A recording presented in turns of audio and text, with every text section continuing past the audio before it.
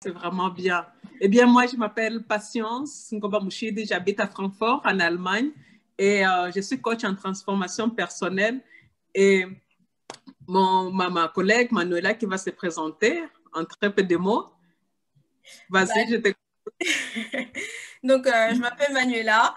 Je suis chef de projet dans la logistique, mais également je suis coach en efficacité personnelle et professionnelle. Voilà, donc j'accompagne des hommes et des femmes au quotidien dans leur définition de leurs objectifs et l'atteinte de leurs objectifs, en fait, dans tous les domaines de leur vie. D'accord, oui, oui. Merci beaucoup, Manuela. Moi, ma mission aujourd'hui, c'est d'accompagner les femmes entrepreneuses spirituelles à vivre dans leur zone des miracles. C'est la mission que je me suis donnée pour 2021. Alors, nous avons toutes les deux décidé de faire ces sommets en ligne parce que nous avions pensé que l'année 2020 était vraiment remplie de challenges. L'année 2020, je ne sais pas comment c'était de votre côté, mais on n'avait jamais vu pareille chose. Et du coup, on s'est dit que avec tout ce qu'on a appris là, si on ne prend pas les leçons, si on ne travaille pas nos habitudes, nos mindsets et tout, eh bien, il y a de fortes chances que les habitudes qu'on a acquis en 2020 viennent avec nous, enfin, nous accompagnent en 2021 et qu'on ait encore une fois des résultats qui ne nous plaisent pas. Voilà pourquoi on a pensé que ce serait vraiment une bonne chose qu'on fasse un sommet, qu'on réunisse plusieurs coachs pour nous aider à travailler notre mindset. Parce que tout commence par là. Tout commence par là. Et surtout dans cette période où on est tellement, mais tellement bombardé avec tout ce qu'on voit, avec une sorte de doute dans l'air qu'on ne sait pas comment l'avenir sera, eh bien, il est important de travailler d'abord son mindset parce que c'est avec l'attitude de notre mindset que nous pouvons aller dehors et dire que j'ai choisi ma réalité, peu importe l'environnement, peu importe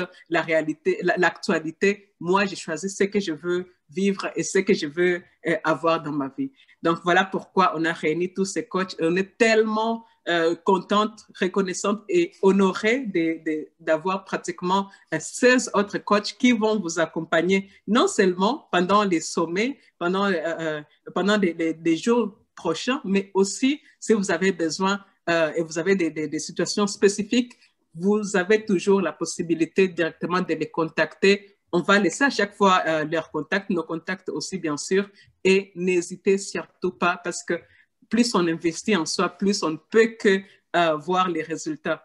Donc, merci d'être là et sans plus tarder, je vais laisser la parole à Manuela pour présenter les speakers de tout à l'heure. Merci beaucoup, Patty. Je pense que le décor, il est vraiment planté. Donc, vous voyez 4 têtes et on a 2 belles, magnifiques femmes qui ont accepté de partager avec nous aujourd'hui sur le sujet de la peur. Donc, mardi, on a abordé la gestion du temps. Aujourd'hui, c'est la gestion de la peur. Et je vais les laisser se présenter. Donc, je vais demander à DS, du coup, de se présenter. Merci Manuela, bonsoir à tous, j'espère que vous allez bien. Déjà, félicitations à toutes les personnes qui sont connectées là ce soir.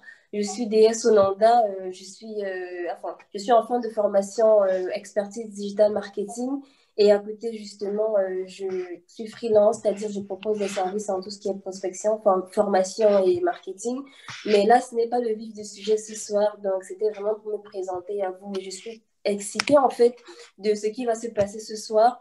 Donc, un seul mot pour finir ma présentation. Donc, prenez un stylo de quoi noter et je vais repasser la main à Manuela. Et merci beaucoup encore pour cette invitation. Merci à toi, DS. Du coup, Ariel, est-ce que tu peux te présenter? Oui, alors déjà pour commencer, je voudrais vraiment vous remercier tous d'être là parce que je suis vraiment ravie de pouvoir vous apporter un peu d'expertise. Mais surtout, je tiens vraiment à remercier Patty et Manuela qui m'ont invitée à ce sommet. Je trouvais que c'était vraiment une très belle idée. On l'a déjà dit et répété, 2020 a été une année très spéciale, mais j'espère ce que vous avez retenu, c'est que vous avez été aussi capable de surmonter toutes les difficultés et que vous avez en vous toutes les pépites pour pouvoir réussir. Donc, qui suis-je? Donc, je suis Ariel Lemoni. Je suis coach en développement personnel, coach certifié, anciennement manager. J'ai été pendant ma vie salariée manager pendant une dizaine d'années. J'ai depuis 2 ans quitté le salariat et je suis donc entrepreneur et je suis coach et j'accompagne les femmes afin qu'elles prennent confiance en elles et qu'elles puissent dépasser leur peur. Donc, vous voyez, je suis en plein dans le sujet pour qu'elles puissent dépasser leur peur et surtout passer à l'action pour changer leur vie. Parce que c'est la prise de conscience qui va permettre de changer la vie, de changer sa vie et d'atteindre ses rêves. Et moi, j'ai coutume de dire à ceux que je rencontre et aussi à mes coachés que il n'y a que le ciel qui est la limite. Il n'y a que la limite, c'est vous qui vous la posez. Et si vous dites que le ciel, c'est la limite, eh bien, il n'y en a pas. Donc aujourd'hui, je vais vous donner des astuces, des choses concrètes pour pouvoir comprendre ce que c'est que la peur et surtout la dépasser pour que vous puissiez passer à l'action et que 2021 soit une année explosive pour vous et qu'on puisse surtout entrer dans l'année 2021 confiant, sans avoir peur de ce qui s'est passé en 2020. On a été surpris, bousculés, mais on a aujourd'hui toutes les capacités pour faire de 2021 une superbe année et c'est maintenant que ça commence. Voilà. Merci beaucoup, Ariel. Donc, sans plus tarder, on va aborder le sujet qui nous réunit aujourd'hui. Donc, on va recevoir ce que toi tu as à nous dire sur la peur, comment vaincre la peur. Donc, je voulais renoter aux participants que vous pouvez poser vos questions pendant la présentation, les différentes présentations dans le chat. Et donc, à la fin, on a vraiment une session de questions et réponses. Donc, pendant que la présentation est en train d'être faite, vous pouvez écrire vos questions auxquelles on va répondre du coup à la suite. Du coup, donc, Ariel, on entend toujours j'ai peur, tu vois, on sent souvent de la boule au ventre où on a quelque chose à faire et on ressent du stress et voilà, on est enclin à repousser, etc. Mais on se pose la question, qu'est-ce que la peur? Oui. Qu'est-ce que la peur? Alors, au-delà de cette petite sensation que vous avez de petite boule au ventre, de sueur froide, ou parfois c'est quelque chose de tellement plus insidieux qu'on ne sait même pas vraiment, mais on sent juste qu'on a une gêne et on ne sait même pas pourquoi. Est-ce que c'est de la peur ou pas? On ne sait pas. Alors, moi, je veux déjà vous rassurer et vous dire simplement que la peur, c'est un mécanisme normal. Rassurez-vous, arrêtez d'avoir peur parce que c'est ne pas avoir peur qui est une pathologie. La peur, c'est un mécanisme normal. La peur avec la colère, la surprise, le dégoût, la tristesse, la joie, ce sont des émotions primaires et ce sont des émotions qu'on apprend à exprimer, qu'on n'apprend même pas à exprimer. C'est quelque chose de normal, sans aucun apprentissage. Dès qu'on est petit, on exprime la peur, comme la colère, comme la surprise, comme la joie, comme le dégoût, comme la tristesse. Donc, nous sommes programmés pour ça. Notre cerveau, il est programmé pour exprimer ces émotions-là. Et l'une de ces émotions, c'est la peur. Alors, oui, Ariel, du coup, si c'est quelque chose de normal, la peur, bah, oui. elle sert à quoi alors en fait, si ça fait partie des émotions normales qu'on peut ressentir, elle sert à quoi? Alors, la peur, en fait, c'est une émotion qui est là pour nous préserver. Il faut savoir que quand on vient au monde, quand on est un être humain, le seul souhait de l'être humain en venant au monde, c'est de vivre le plus longtemps possible. On est programmé pour vivre le plus longtemps possible. Et l'un des mécanismes qui va nous aider à vivre le plus longtemps possible, c'est la peur. Parce que la peur va nous aider à prendre conscience du danger et à nous préserver. Bah, c'est la peur qui fait qu'un enfant qui a été une fois brûlé en touchant une flamme, bah, il va se souvenir qu'il a eu mal et forcément, la prochaine fois, il aura peur, il ne s'approchera plus. Et donc, du coup, il réduit le risque de se brûler de façon importante et d'être blessé. Donc, en fait, c'est un mécanisme qui est fait avant tout pour nous préserver. La peur, c'est un mécanisme du cerveau. Et quand on a peur, on est programmé pour faire deux choses. Soit on a tous nos muscles qui se tétanisent et on est prêt à se battre pour se défendre, ou soit au contraire, on jauge que la meilleure solution, c'est de s'enfuir. Donc voilà, en fait, toute la peur met en place tout un mécanisme à l'intérieur de nous pour qu'on puisse ou se battre ou s'enfuir, mais surtout trouver une solution pour préserver sa vie. Donc voilà à quoi sert la peur.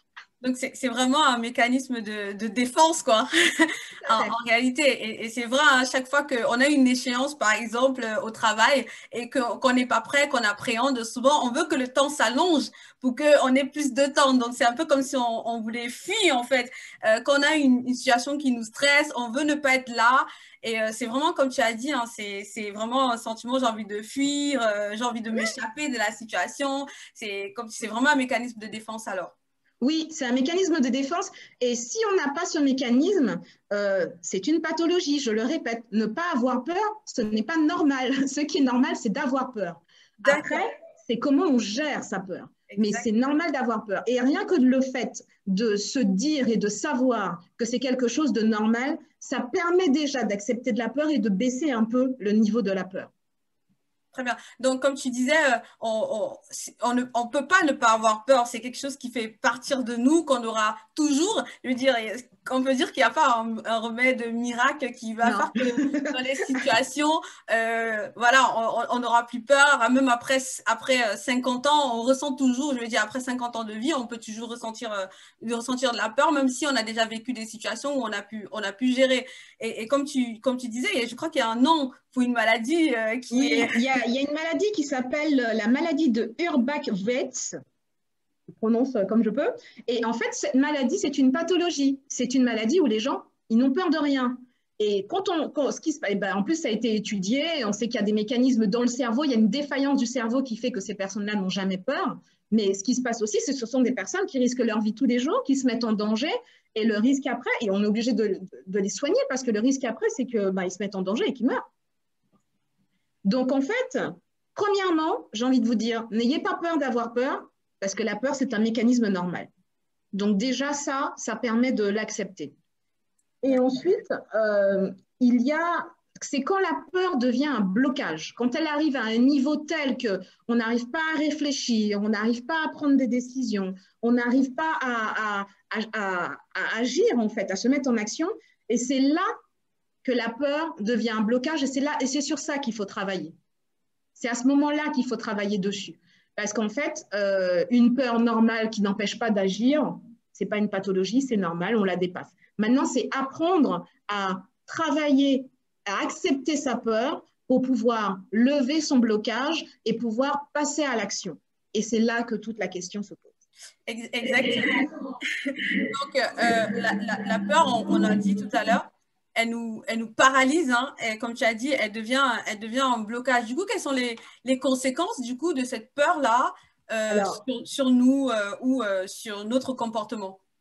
Alors du coup, il y a déjà tous les symptômes physiques qui vont être la sueur, la transpiration, le cœur qui bat, les insomnies. Tout ça, ce sont des mécanismes physiques de la peur. Et puis quand ça va plus loin, on va jusqu'à la procrastination. On n'arrive pas à avancer, on n'arrive pas à se mettre en action. L'auto-sabotage, c'est-à-dire qu'on va y aller, mais on n'y va pas vraiment. Donc, ça veut dire que si on ne met pas en place des vraies actions pour avancer, finalement, le résultat, il n'est pas celui qu'on attend. Et tout ça, ça fait partie des symptômes et des mécanismes de la peur. Et c'est comme ça qu'on se rend compte qu'on est bloqué par nos peurs. Et en fait, ce qui nous fait peur, ce n'est pas ce qu'on envisage. C'est-à-dire, par exemple, voilà, je dois passer à un entretien. Je dois passer à un entretien d'embauche et j'ai le cœur qui palpite, je transpire, voilà. Mais en fait, qu'est-ce qui nous fait peur? Ce n'est pas l'entretien en lui-même, c'est qu'on s'imagine qu'on va bafouiller, on s'imagine qu'on ne sera pas pris pour le poste, on s'imagine qu'on va être jugé par le recruteur. Et donc, c'est toute la représentation qu'on se fait des choses qui fait qu'on a peur et qu'on est bloqué. Et donc, du coup, les peurs sont surtout une production de notre esprit. Exactement. Ariel, je voulais que tu reviennes vraiment dessus parce que comme tu dis que la peur, c'est le mot que tu as utilisé, Voilà, c'est vraiment quelque chose qui se passe dans notre tête, en fait. C'est pas, on a peur des choses qui sont pas réelles, au final. Tout à fait. Comme je t'ai dit, c'est une projection qu'on se fait, des appréhensions, voilà, par rapport à la situation. Je me rappelle souvent, au début, j'avais souvent, quand je devais faire des réunions avec mon N+2 ou mon N+3, et tu parlais tout à l'heure de mécanismes d'auto-sabotage. Alors, avant même la réunion et même une semaine avant, je commençais à avoir la boule au ventre, commençant à me dire non, mais je vais pas y arriver. Non, mais enfin, je pense que je vais leur dire que non, je vais pas le faire. On finit même pas tomber malade, en fait. Tu vois, c'est ce que j'allais dire. C'est-à-dire qu'on arrive tellement à se faire une représentation de la chose en disant on va pas y arriver, qu'on arrive à se rendre malade. Et ça peut être le jour de la réunion, j'ai mal au ventre, je suis tellement malade que j'ai de la fièvre, voilà, parce que je peux pas, c'est trop pour moi. Et c'est là qu'il y a quelque chose à faire, parce que là, on est plus sur de la peur pathologique, sur du blocage, et c'est pas la fonction première de la peur. En fait, c'est vraiment la représentation. Et quand on prend le temps de se poser et de voir qu'est-ce qu'on imagine derrière la situation, et voir si est-ce que c'est la réalité ou pas, c'est là qu'on arrive à dépasser nos peurs. Exactement. Mais ce n'est pas en la fuyant, alors qu'on a tendance à la fuir, à fuir toutes les situations où on a peur, on a tendance à faire de façon à ne jamais être, voilà, comme je me rends malade pour ne pas aller à la réunion, puisque la situation va être tellement pour moi catastrophique, je ne vais pas pouvoir faire face, que finalement, on se met dans des situations où on fuit, alors que la solution n'est pas la fuite. Exactement. Et du coup, Ariel, de quoi est-ce qu'on a peur, en fait, alors lorsqu'on a cette projection-là de l'imaginaire dans notre tête et qu'on s'auto-sabote, on a peur de quoi, en fait? Alors déjà, il y a plusieurs grandes familles de peurs. Alors, quand on va être comme ça, quand on parle de l'entretien ou les choses qu'on imagine, on est souvent dans la peur du refus, la peur du jugement. Je vais à l'entretien d'embauche, mais ouais, mais et si je suis pas prise, et si ma performance n'est pas, voilà, c'est la peur du rejet et la peur du refus. Il y a aussi une peur qui est très importante, qui est la peur du jugement, qui nous empêche d'agir. C'est-à-dire, est-ce que ma prestation va être appréciée? Est-ce qu'on va pas dire que je suis nulle? Est-ce qu'on va pas dire que je connais pas mon sujet, que je suis incompétent? Est-ce que je vais plaire, en fait? Parce qu'on a aussi cette volonté de plaire à l'autre. Et cette peur du jugement, la peur du regard de l'autre, c'est quelque chose qui peut nous empêcher d'aller de l'avant. Il y a aussi la peur de l'échec. Et ça, c'est quelque chose qui est très fréquent. C'est-à-dire que j'ai tellement peur de ne pas y arriver, parce que pour moi, ça sera trop douloureux, que j'essaie même pas d'essayer. Je n'y vais même pas parce que j'ai tellement peur de l'échec. Si j'y vais, de toute façon, je ne vais pas y arriver et je ne vais pas accepter l'échec. Donc, du coup, je n'y vais pas. Mais il y a une chose aussi dont on ne parle pas souvent et qui est quand même aussi très importante, c'est la peur du succès. On parle souvent de peur d'échec, mais il y a aussi la peur du succès parce que si on réussit dans son entreprise, si on a réussi dans le but qu'on s'est fixé, et on se dit, OK, mais qu'est-ce que je vais faire après quand je vais arriver là? Je suis arrivée à mon but suprême. Qu'est-ce que j'ai plus à mon rêve extrême? Voilà, je suis en haut de la montagne. Je fais quoi maintenant? Voilà. Et du coup, on a toujours besoin de challenge. Donc, on se dit, non, si j'arrive jusqu'au bout, et puis du coup, je vais être en haut de la montagne. Tout le monde va voir que je suis successful. Donc, tout le monde va vouloir. J'aurai une responsabilité en fait. Parce que quand on a du succès, quand on réussit, c'est très bien. C'est connu qu'on est plus visible, donc il y a aussi la peur du jugement qui revient, mais on est aussi davantage sollicité. Et du coup, il y a aussi ce côté, je suis plus visible, je dois être aussi un exemple pour la communauté, un exemple pour mes enfants, un exemple pour ma famille. Et donc, du coup, ce sont toutes ces peurs qui nous empêchent d'aller vers l'objet que l'on désire. Parce qu'on s'imagine que quand on aura cet objet, eh bien, finalement, peut-être qu'on ne sera pas si bien que ça. C'est par exemple simple, hein, je joue au loto, mais j'ai tellement peur de gagner. Je ne sais pas si vous avez vu ce genre d'émission, mais des gens qui jouent régulièrement au loto, et puis quand ils arrivent et qu'ils voient qu'ils ont gagné, là, toutes leurs peurs reviennent. Qu'est-ce que je vais faire avec tout ça d'argent? Parce que voilà, c'est aussi une responsabilité, c'est le jugement, les gens vont vouloir être avec moi alors que ça ne sera pas pour moi, ça sera pour mon argent. Il y a plein de choses qui se jouent, mais souvent, ce sont des choses que l'on imagine, qui ne sont pas réelles. Exactement. Du coup, ça me donne une idée. Tu as parlé tout à l'heure de la peur du refus. Donc, par exemple, on hésite souvent à demander quelque chose à quelqu'un. Tout à fait. Et avant même d'avoir demandé, on s'imagine déjà que la personne va refuser. Et c'est ce que tu appelles vraiment la peur du refus. Et parce que j'ai pas envie d'être en face de cette peur-là, j'ai pas envie d'essuyer un refus, je n'ose même pas demander. Oui, Alors que comme je dis souvent aux gens, mais tu n'en sais rien en fait. Tu tout à fait. pas si la personne va te dire oui ou pas. Essaye quand même. Mais je le dis quand je le dis à des personnes, mais souvent moi aussi, quand je dois demander quelque chose à quelqu'un, voilà. Euh, Comme on a dit tout à l'heure, on peut pas ne pas avoir peur. Si on n'a pas peur, c'est une pathologie. Donc, du coup, moi, j'aurais d'abord tendance à me dire, la personne peut refuser. Mais comme j'ai moi aussi fait ce travail d'apprentissage pour dépasser mes peurs, je me dis, OK, Manuela, tu as peur, mais vas-y, parce que tu ne sais jamais. Tu ne sais Et, jamais. et en n'y allant pas, tu te prives peut-être d'un oui. Voilà. Exactement. Tu te prives peut-être d'un oui en ne demandant pas. Voilà. Exactement. Et du coup, c'est accepter aussi. Bah, ça peut être un non. OK. Et si c'est un non, et aller plus loin en disant, et si c'est un non, c'est quoi la conséquence pour moi? Voilà. Et donc, tu as parlé de la peur du refus, la peur du rejet, la La peur du peur du jugement. changement. La Voilà. peur du changement aussi, c'est quelque chose de très, très, très courant parce qu'en fait, on est humain et c'est vrai que quand on a une zone de confort, on connaît très bien cette zone de confort, c'est la zone dans laquelle on sait ce qui va se passer, on a nos habitudes, il n'y a pas de surprise, en tout cas très peu de surprises, et les peu de surprises qu'il y a, on sait les gérer parce qu'on a déjà vécu la chose. Et quand il s'agit d'aller vers quelque chose qu'on ne connaît pas, vers du changement, un changement de vie, là par exemple, dans mes accompagnements, j'ai beaucoup de femmes qui aspirent à changer et passer d'un salariat à de l'entrepreneuriat, et c'est totalement paralysant pour elles parce que c'est des gros changements. Et les conséquences des changements, qu'est-ce que ça va être sur moi, sur ma famille, sur mes revenus? Et le changement, c'est vraiment quelque chose qui fait très peur, mais encore une fois, c'est normal, puisqu'on va vers quelque chose qu'on ne connaît pas. Et du coup, ça se prépare. Ça se prépare. Exactement.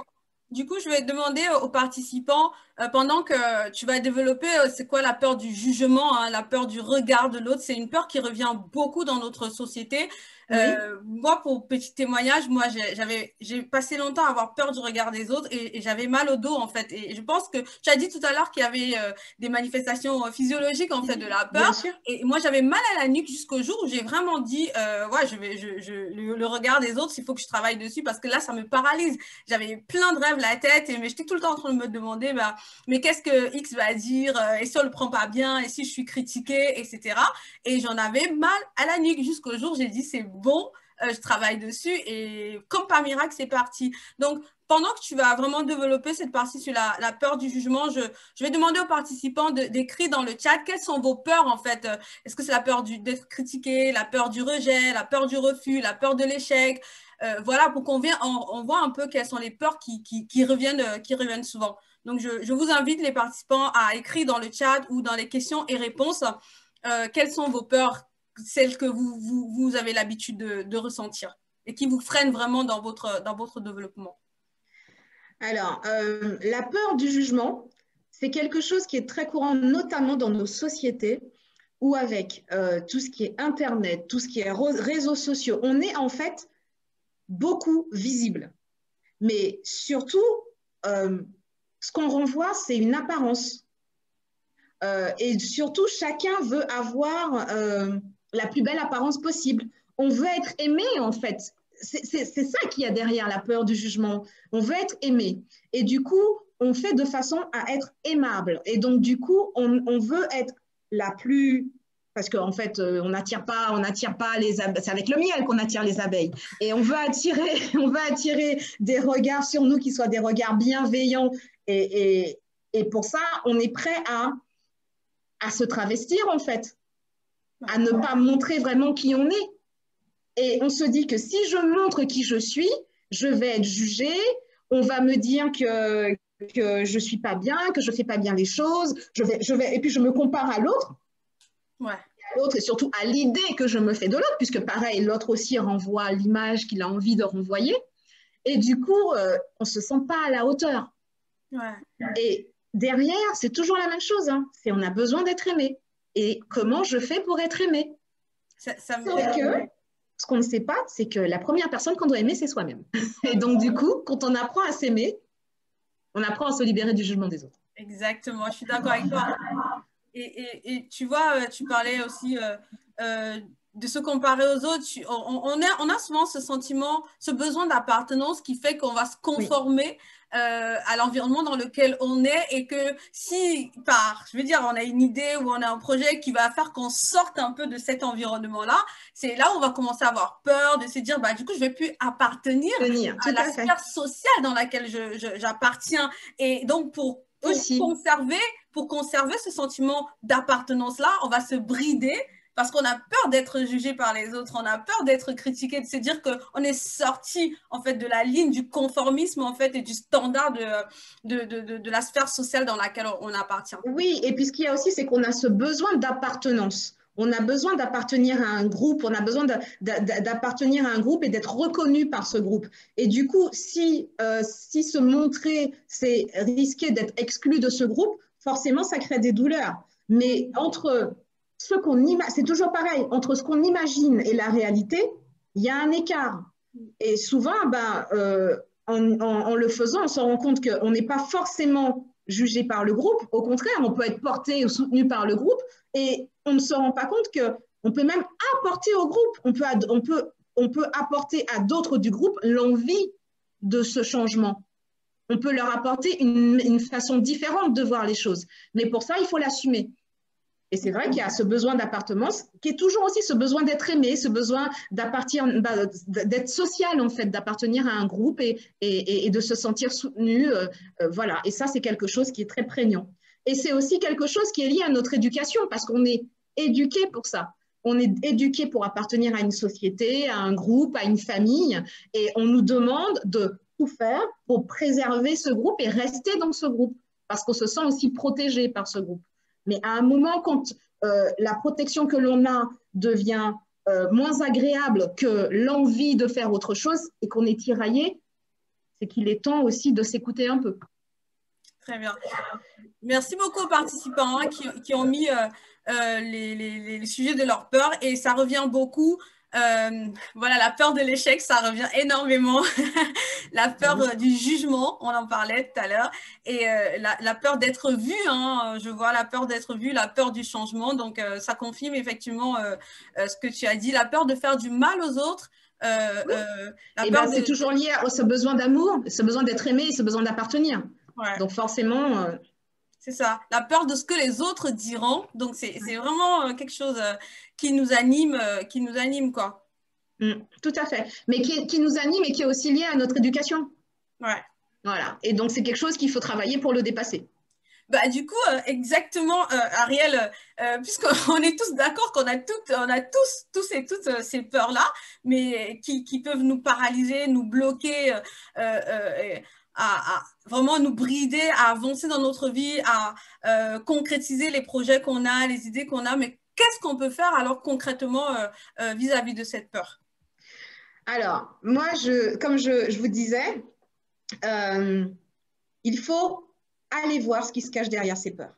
On a tendance à avoir peur d'avoir peur. Il faut arrêter d'avoir peur d'avoir peur. Ça peut paraître contradictoire, mais pourtant, c'est ça.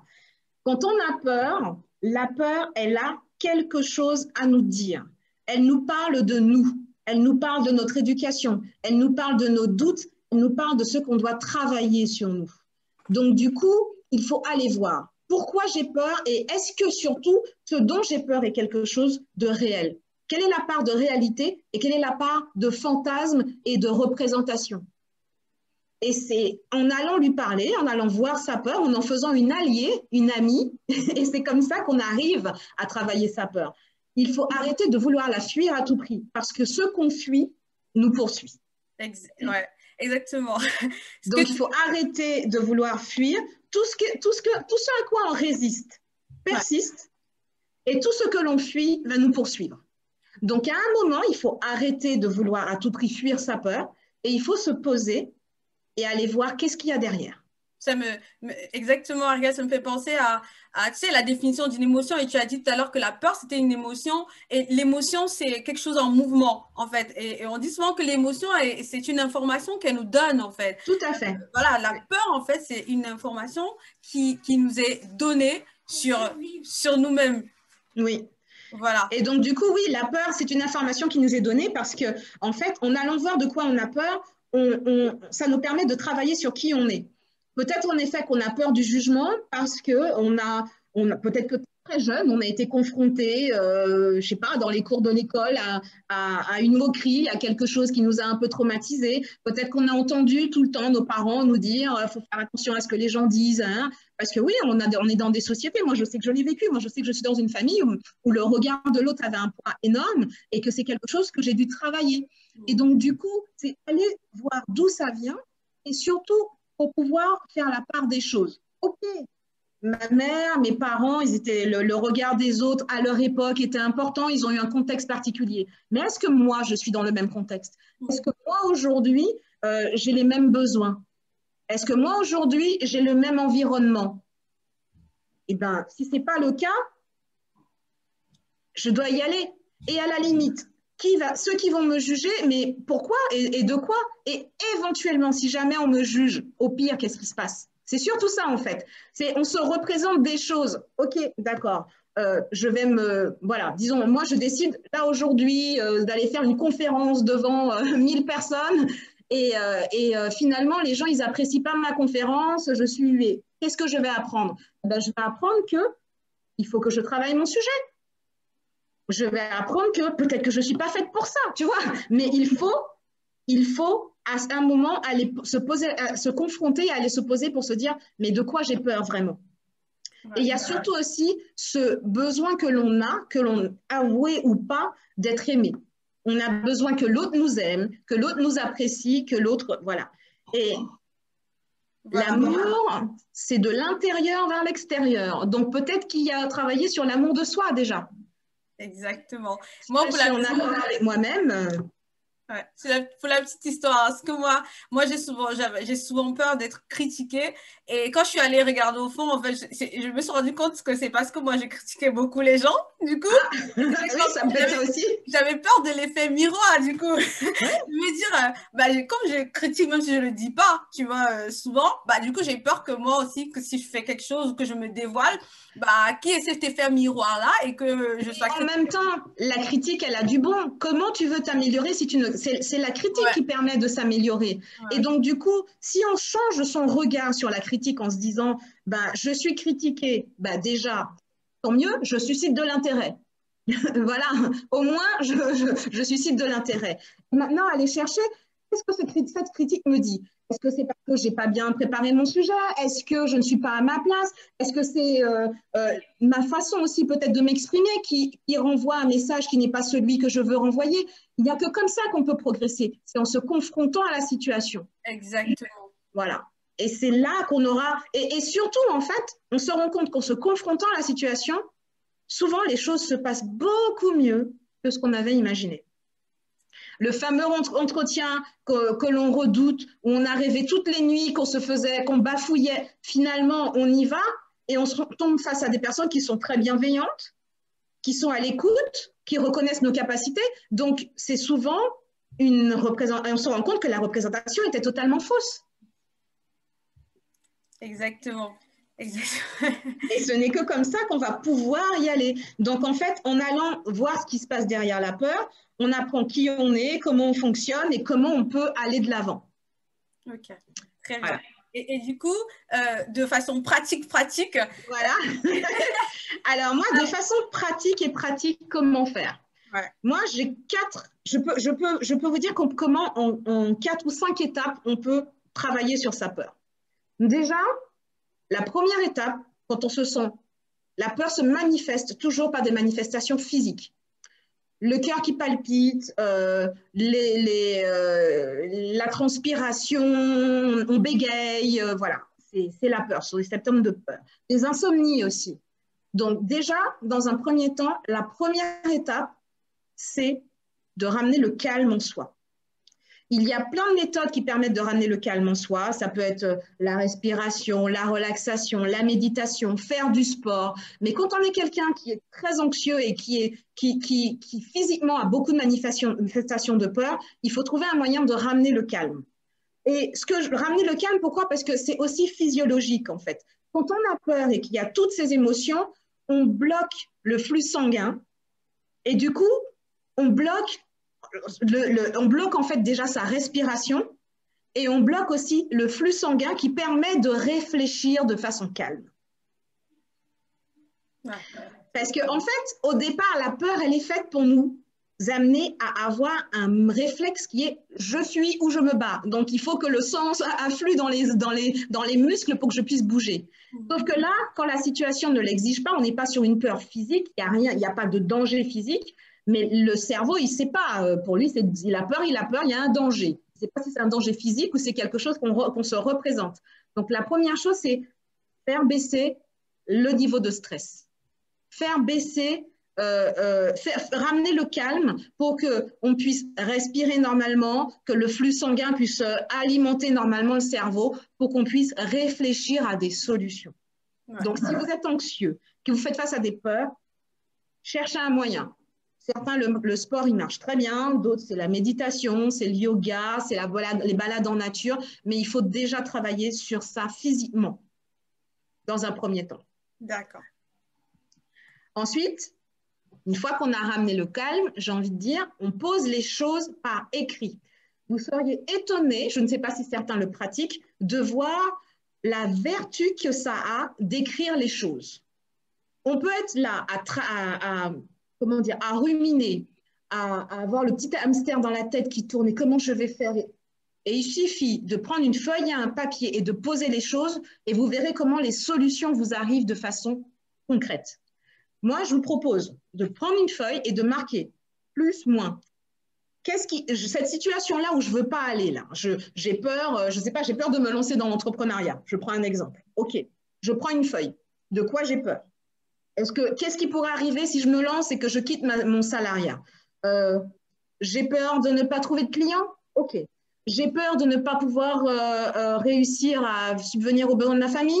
OK. C'est souvent les peurs hein, quand on veut se lancer. J'ai peur de ne pas avoir le bon business. J'ai peur du regard des autres parce que je vais devoir aller les voir pour leur proposer ma prestation ou mon produit. Posez toutes vos peurs. Voilà. Et à ce moment-là, regardez quelles solutions vous pouvez mettre en face. D'accord? Donc, j'ai peur de manquer de revenus. OK. Alors, comment je peux faire? Est-ce que je peux trouver un autre moyen pour trouver une autre source de revenus? Est-ce que je peux préparer ma transition en mettant déjà de l'argent de côté? Est-ce que si ce que je veux faire nécessite une formation? Je n'ai peut-être pas les moyens. Est-ce que j'ai fait appel à tous les outils possibles de financement de la formation? Il n'y a que quand on pose les choses qu'on peut trouver des solutions en face. Et je peux vous assurer que poser par écrit, ça a des vertus. Je ne sais pas si certains de vous l'ont déjà pratiqué, mais rien que de poser les choses par écrit, ça permet vraiment de trouver des solutions auxquelles on n'a pas pensé. Exactement. Ça permet de sortir un peu tout ce brouhaha de soi et de le poser sur un papier. Ouais. Et de faire le tri, en fait, dans toutes ces pensées. De faire le tri sur qu'est-ce qui est vrai et si c'est des vrais dangers, comment je peux trouver des solutions. Et puis, qu'est-ce qui, en fait, est… par exemple, j'ai peur, je vais mourir de faim. Est-ce que c'est vraiment vrai? Est-ce qu'il n'y a pas une marge entre le moment où je peux avoir quelques difficultés financières et le moment où je vais me retrouver à la porte, sans emploi, à faire la manche? Vous voyez, il y a peut-être avant d'arriver à cet extrême, il y a peut-être déjà des solutions auxquelles qu'on peut mettre en place pour pallier, pour ne pas arriver à cet extrême. Et il y a toujours cette représentation du danger extrême. Mais en fait… quand on pose les choses, on se rend compte qu'on a des solutions et que finalement, l'extrême que l'on imagine, il y a très peu de chances en fait qu'il arrive. Parce qu'entre-temps, on aura mis en place des solutions, on aura trouvé des solutions, on aura activé des leviers. Exactement. Et ce n'est qu'en le posant qu'on se rend compte de ça, souvent. Exactement. Ensuite, la visualisation. Moi, c'est quelque chose, parce que je ne vous ai pas dit, mais je suis aussi sophro-coach, donc j'utilise la sophrologie dans mes coachings. Et pour ceux qui arrivent à pratiquer la visualisation, c'est un outil très fort. C'est en fait se mettre, parce que le cerveau, il est bien fait, le cerveau, mais on a un avantage sur lui, c'est que le cerveau, il ne sait pas faire la distinction entre, et c'est pour ça que la peur est souvent là aussi, entre la réalité et la représentation qu'on se fait de la réalité. Si on arrive à se visualiser dans la situation dans laquelle on aspire à être, on active en nous des hormones de bien-être qui nous permettent en fait de blesser le niveau de peur et de passer à l'action. Donc, faire des exercices réguliers de visualisation en disant « je me représente dans ce que je veux atteindre. Je me vois obtenir ce résultat-là. » Et y aller, se le répéter parce que ça actionne aussi des choses dans le cerveau et se visualiser dans la situation. Ça permet de faire baisser la peur et ça permet de poser des actes, qui est la prochaine étape. Voilà. Exactement. Juste pour préciser aux participants, tu as parlé de visualisation, c'est le sujet qu'on va aborder samedi prochain. On va vraiment montrer les bienfaits de la visualisation. Et voilà, donc ça s'enchaîne vraiment bien. Voilà, donc vous voyez, vous avez la suite. On ne vous laisse pas tout seul. Et enfin, tu parles de passer à l'action. Tout à fait. En fait, c'est simple, hein. L'objectif principal de travailler sur sa peur, c'est de réussir à passer à l'action. Parce que en fait, c'est ce qui nous manque en fait. Une fois qu'on a amené le calme, qu'on a posé les choses par écrit, une fois qu'on a visualisé, à ce moment-là, il faut poser des actes. On n'est pas obligé de tout envoyer balader du jour au lendemain. Je ne suis pas obligée de me dire « Ah, ça y est, j'ai visualisé, manana, demain, je pose ma démission à mon patron. » Non, ça, c'est un peu de l'inconscience. C'est poser des actes et faire des choses petit à petit. Une chose à la fois. J'envisage une transition professionnelle, ok, je me renseigne pour savoir comment je vais me former sur mon nouveau métier. Je me renseigne quelles sont les possibilités pour moi de négocier mon départ. Je me renseigne sur quel délai, quel fonds. Et en fait, au fur et à mesure, je pose des actes. Eh ben, il me faut une formation, ok, ben, je vais commencer par aller voir les organismes de formation. Je vais aller voir quel est le coût de la formation. Je vais me renseigner sur comment la financer. Ok, et en fait, à chaque fois qu'on pose un acte et qu'on a un résultat, c'est une petite victoire qui nous donne envie d'aller plus loin, et encore plus loin, et encore plus loin, jusqu'à ce qu'un jour, on se dise « Ah ouais, quand même, je l'ai fait ». Et moi, ce que je dis souvent à mes coachés, et c'est quelque chose qui me fait sourire, mais très simple, comment on mange un éléphant? Est-ce que tu sais? Un gros éléphant là et tu dois le manger. Comment on mange un éléphant? Vas-y. Ben, petit bout par petit bout. Voilà, bouchée par bouchée. Si tu essaies d'avaler, en effet, si tu te dis que je dois manger l'éléphant et que tu veux le manger en une fois, le gros, tu n'y arriveras jamais. Mais si patiemment, petit bout par petit bout, tu manges l'éléphant, tu verras qu'un jour, tu l'as mangé l'éléphant, qu'il n'en reste plus et que tu as atteint ton objectif. Donc, c'est la politique de poser des actions. Je fais des actions. Une action par jour. J'agis, je pose des choses qui vont me permettre d'avancer vers mon rêve et qui va en fait avoir un effet boostant et qui va faire en fait que plus on pose des actions, plus on est motivé et plus la peur diminue. Exactement. Parce qu'on s'est prouvé qu'on y arrive. Donc, si j'ai réussi à faire ça, j'ai réussi à dépasser ma peur et à faire ça, je peux faire le reste. Exactement. Voilà, c'est comme ça que ça marche.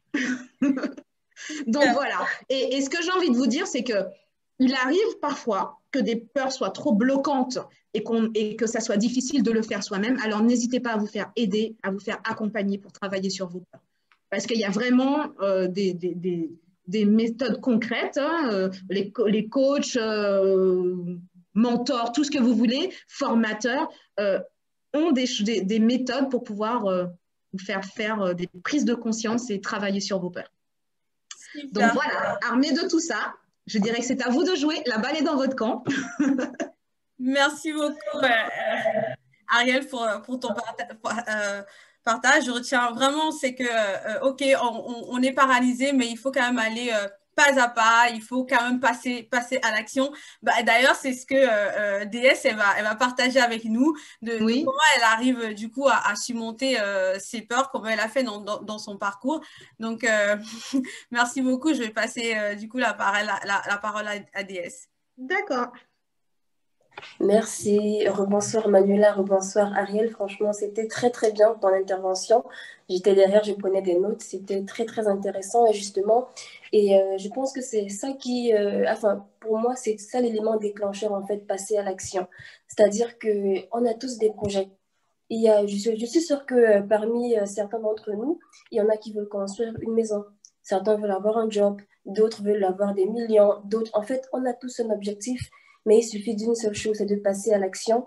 Et passer à l'action, c'est vraiment pas à pas. C'est-à-dire, il y a deux choses qui motivent la personne. Dans la vie en général, moi, quand je parle aux personnes, si peut-être, enfin, mon domaine de prédilection, généralement, c'est sur LinkedIn. Quand je veux faire un message, je pense à deux choses. Je pense à la peur de la personne et à son envie.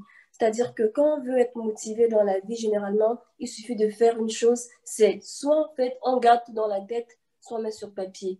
Dans mon cas, par exemple, moi j'ai toujours en fait de quoi noter.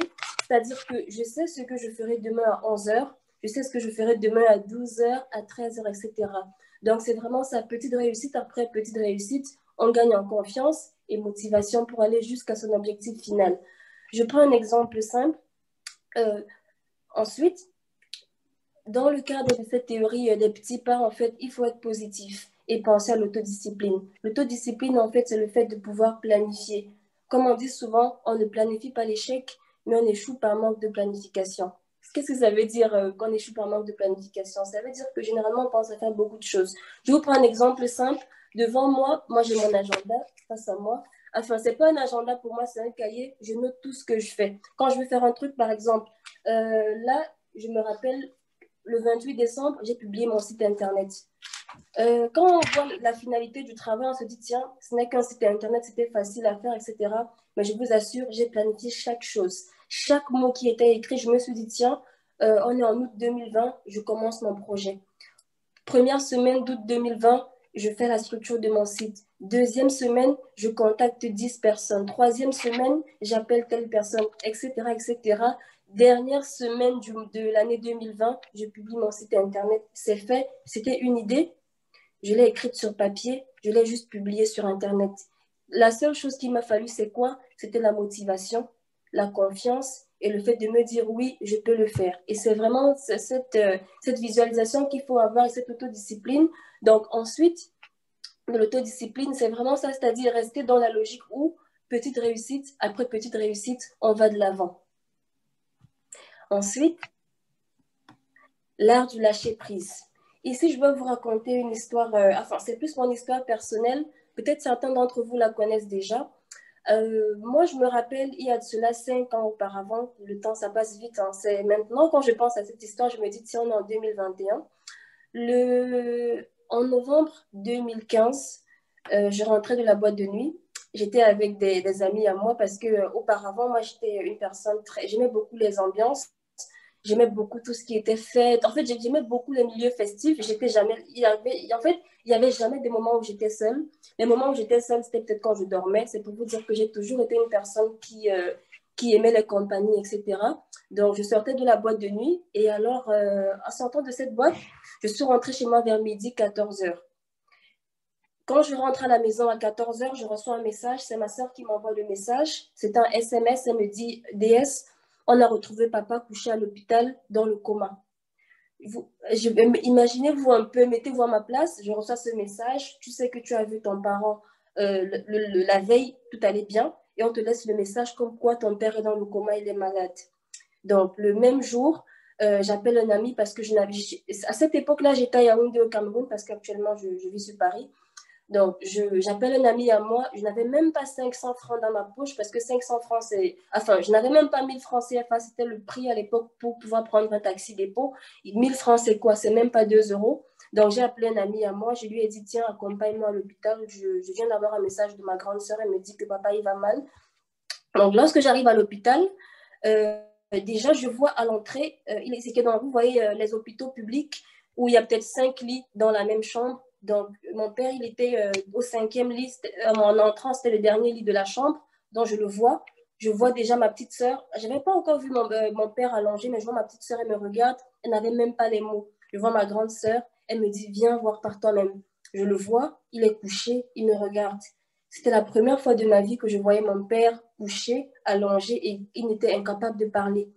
Donc, en partant de l'hôpital, j'avais pris, j'avais un sac avec des, comment je peux dire, avec des gâteaux, etc. Comme je me suis dit à l'hôpital.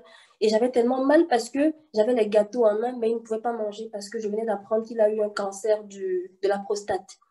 J'avais déjà entendu parler du cancer, mais quand c'est un membre de ta famille qui a une maladie aussi grave, tu te dis, comment est-ce que c'est possible en fait? Comment c'est possible que ce qui arrive aux autres peut arriver à toi? C'est là que tu te dis, tiens, la vie, elle ne tient qu'à un fil. C'est-à-dire qu'on peut être aujourd'hui, on se dit que tout va bien, etc.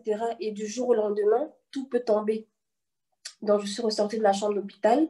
J'étais avec mon ami. Mon ami, il ne m'a pas reconnue. J'étais en larmes. Même le médecin, il me disait, oui, ne pleurez pas, tout va aller bien. Et quand j'ai vu l'œil du médecin, je me suis dit, en fait, il dit ça pour me conseiller, mais je sais que dans quelques jours, je recevrai un message d'une mauvaise nouvelle.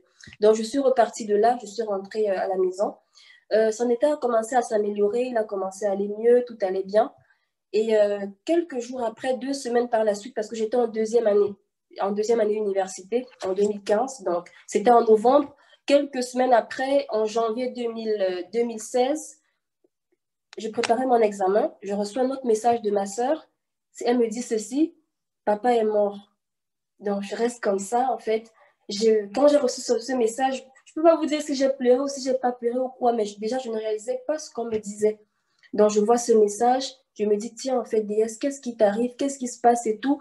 Je vous assure, je suis restée comme ça pendant 15 minutes, 20 minutes. En fait, j'étais là et à la 30e minute, je me suis mise à pleurer. J'avais rien compris. Je pleurais, je pleurais, je pleurais. Et après, je vois ma mère rentrer. Elle ne savait pas que j'étais déjà au courant. Quand je vois ma mère revenir elle gare la voiture, elle rentre à la maison.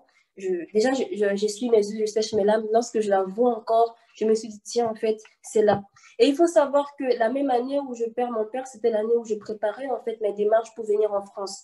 Parce que j'ai fait une université catholique au Cameroun qui préparait c'était une prépa où il fallait faire 2 ans à Yaoundé. Et la 3e année, je devais venir la terminer en France, à Angers. Alors, on avait déjà préparé l'argent du voyage. Et du coup, l'argent du voyage a tout simplement servi à faire le deuil. Ma mère m'a dit, moi j'ai dit à ma mère, écoute, je ne suis pas obligée d'aller en France, écoute, moi franchement, je peux continuer ici tranquillement. Qu'est-ce que ma mère, elle a fait? Elle a hypothéqué son salaire parce que ma mère, il faut savoir qu'elle était secrétaire de direction à l'époque. Et une secrétaire de direction, qu'est-ce qu'elle ne gagnait même pas 200 000 francs? 200 000 francs, ça fait même pas 500 euros. En fait, elle gagnait le quart du SMIC. C'est-à-dire que la vie qu'une personne peut avoir ici en France, le minimum, elle va se plaindre, c'est même pas le quart de ce une secrétaire qui a les mêmes diplômes qu'une secrétaire ici en France peut gagner. Donc, finalement, elle a hypothéqué son salaire. Elle a mis ses dernières cotisations, elle a payé mon billet d'avion et c'est comme ça que je suis arrivée. Et quand je suis arrivée, je me suis dit, je suis dans une logique où je n'ai pas d'autre choix que d'avancer. En fait, je n'ai même pas droit d'avoir peur. Moi, ma logique, c'est ça. Je n'ai pas droit à la peur. Parce que si j'ai peur, moi, mon petit frère, il compte sur moi. Mon petit frère, il a 20 ans et il compte sur moi. J'ai une petite soeur derrière, elle a 16 ans et elle compte sur moi. Si je n'ai pas mon site internet, si je n'ai pas de clients, si j'ai rien, ils n'ont rien. Donc, en fait, je me dis, dans la vie, à un moment donné, il faut s'assurer, il faut dire qu'on n'a pas d'autre choix que d'aller de l'avant. Donc, c'est pourquoi aussi, dans cette logique, je tenais à partager cette slide, l'art du lâcher-prise. C'est-à-dire qu'aujourd'hui, en fait, il y a les peurs et il y a aussi ce côté de l'envie, c'est-à-dire on veut avoir beaucoup de choses. Comment votre vie pourrait-elle être meilleure avec moi? Donc, ensuite, dans cette façon de voir l'art du lâcher-prise, ici, je vais vous parler de Joshua Fields. C'est-à-dire que généralement, aujourd'hui, on se dit que lorsqu'on aura de l'argent, on aura tout. Mais croyez-moi, il y a des personnes, même si c'est des millionnaires, ils ont beaucoup d'argent, mais c'est des personnes qui ne dorment pas la nuit. Joshua Fields, en fait, lui, c'est à l'âge de 28 ans, en fait, c'est quelqu'un qui avait réussi sa vie, si on peut dire ainsi. À l'âge de 28 ans, il avait tout. Il avait des entreprises à son nom. Il était multimilliardaire, etc. Enfin, millionnaire, parce que c'était en dollars, voilà. Et ce qui se passe, c'est qu'en l'espace d'1 mois, il a tout perdu. Qu'est-ce qui se passe? En 1 mois, déjà, il vivait avec sa femme. Il apprend que sa mère, elle est malade. Sa mère, elle avait eu un cancer du poumon. Donc, quand il apprend que sa mère, elle a eu un cancer du poumon, ce qu'il fait, c'est que déjà, il commence à réduire ses dépenses, etc. Mais il se rend compte qu'il a beaucoup d'argent, mais il ne peut pas soigner sa mère. Vous ne pouvez pas imaginer, en fait, ce que ça peut faire à une personne que tu as ton compte bancaire qui est plein, mais tu ne peux même pas soigner ton parent qui est malade. Ah, pourquoi tu as autant d'argent si ton argent, en fait, ne te sert à rien? C'est-à-dire que tu vas sortir dépenser ton argent, puis tu vas rentrer à la maison, tu auras la même souffrance. Donc, qu'est-ce qu'il faut faire dans ce cas? En fait, c'est ça, en l'espace de 2 semaines, 3 semaines, finalement, il a perdu sa mère, il a perdu sa femme, il s'est retrouvé comme ça, il a de l'argent, mais il ne peut pas profiter de son argent. Qu'est-ce qu'il a fait? Il est reparti dans la maison de sa mère après l'avoir enterrée. Et du coup, quand il arrive dans la maison de sa mère, qu'est-ce qu'il trouve? Il trouve les affaires. Et c'est là, en fait, qu'il commence à comprendre le sens de la vie. Il se rend compte, en fait, qu'il a perdu un être cher. Mais même comme il a perdu un être cher, il y a les effets qui restent. C'est-à-dire, il y a cette émotion qui reste du fait que, généralement, quand on a vécu la perte d'un être proche, on a toujours l'impression qu'il est avec nous. Il suffit de voir sa photo. Vous voyez souvent des publications sur Facebook.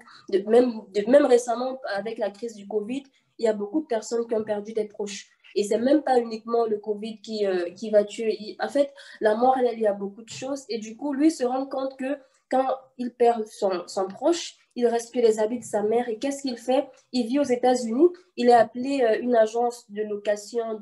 En fait, c'est des agences qui conservent des outils qui ne sont plus utilisés. Et ces agences conservent des outils dans des parkings. C'est-à-dire que comme on peut avoir des parkings pour garder des voitures, cette agence gardait en fait des sortes de parkings, il gardait des vêtements dans des parkings, etc. Du coup, il débarrasse la maison de sa mère de toutes ses affaires, il les range dans un parking, et c'est là qu'il se rend compte qu'il ne reste plus rien, et il crée en fait la théorie minimaliste. Le minimaliste, donc ensuite, le minimaliste, c'est l'art en fait de donner beaucoup avec peu. Ce qu'il faut comprendre de cette histoire, c'est que en simplifiant votre vie, vous aurez du temps pour votre santé. Parfois, on court après beaucoup de choses. On se rend compte, regardez, on est en 2021. Je suppose que beaucoup d'entre vous avaient des projets pour janvier 2021, mais on est le 7 janvier. Qu'est-ce que vous avez réalisé aujourd'hui? Vous vouliez faire une maison, etc. Qu'est-ce que vous allez faire aujourd'hui? Vous attendrez demain pour faire votre projet? Est-ce que vous allez attendre demain pour... En fait, c'est vraiment ça, on est dans la projection. Vous allez attendre demain pour faire cela, demain, etc. Qu'est-ce que vous avez maintenant? Ouvrez votre compte bancaire. Qu'est-ce que vous avez maintenant?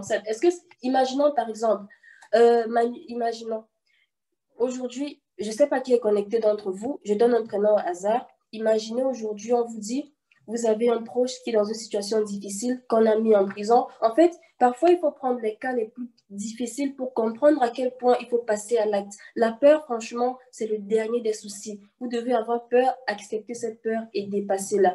Imaginez, on vous dit maintenant, vous avez un nouveau contrat de travail, vous venez de décrocher un contrat en tant que cadre commercial. Et maintenant, le boss, il vous dit, vous avez un salaire de 2 000 euros. Mais maintenant, vous avez la possibilité d'avoir 10 000 euros de salaire. Même pas. Vous avez la possibilité d'avoir 15 000 euros. Et votre boss vous dit, pour avoir ces 15 000 euros de salaire, vous devez faire 2 ventes ce soir avant minuit. Et là, il vous dit, pour faire cette vente, qu'est-ce que vous devez vendre, par exemple? Vous devez vendre, qu'est-ce que je peux dire? Vous devez vendre un stylo à 15 000 euros. Qui va vous acheter un stylo à 15 000 euros? Personne. Donc, qu'est-ce que vous allez faire dans ce cas? Vous allez appeler les gens, vous allez vouloir faire le commercial, vous allez vous dire, en fait, achète mon stylo, c'est 15 000 euros, etc. Mais là, vous êtes dans une situation d'urgence. Quand c'est l'urgence, en fait, vous ne pensez même plus au stylo, vous pensez à une seule chose, faire cet argent. Dans la vie, vous devez toujours vivre en état, je me répète, vous devez toujours être en état d'urgence. Vous devez toujours vous dire que tout va arriver, tout peut se passer, tout peut arriver. Donc, en simplifiant votre vie, vous aurez du temps pour faire plus de revenus. C'est-à-dire que parfois, en fait, on a l'impression qu'il faut juste courir à droite, pourtant il faut marcher à gauche. Parfois, on a l'impression qu'il faut juste faire quelques pas devant, pourtant il faut parfois faire quelques pas en arrière pour réaliser en fait que la vie, c'est le meilleur cadeau qu'on a. Il y a beaucoup de personnes en ce moment qui sont en train de lutter entre la vie et la mort, mais nous sommes en vie, on est devant un webinaire. Donc, en simplifiant votre vie, vous aurez du temps pour vos passions. Et c'est le plus important, c'est la passion. Dans la journée, il y a 24 heures. Il y a 24 heures. Et dans ces 24 heures, il y en a qui vont se lever à 6 heures du matin, qui avant de se lever, vont peut-être faire leur prière ou bien leur rituel habituel, ils vont faire du sport, etc. Et ils auront une journée comblée. Et il y aura d'autres personnes qui vont se réveiller spontanément et vont juste affronter la journée. Vous avez le choix. Soit vous réveillez le matin, méditez, savoir ce que vous voulez apporter, ou soit vous réveillez spontanément, juste par la puissance de votre réveil, votre téléphone, et là, vous partez faire votre journée. Donc, ensuite, ici, rangez votre vie, c'est vraiment le message que moi je vais vous passer ce soir. Plus vous agissez, plus vous voulez agir. Plus vous êtes dans l'action, plus les choses arrivent. Il suffit juste de bousculer. Vous savez, il y a un mot que moi j'aime beaucoup, c'est le mot opportunité. Dans tout ce qu'on fait, il y a une opportunité. Et l'opportunité, elle est toujours cachée. C'est ce que Ariel disait tout à l'heure. L'opportunité, elle est toujours derrière la peur.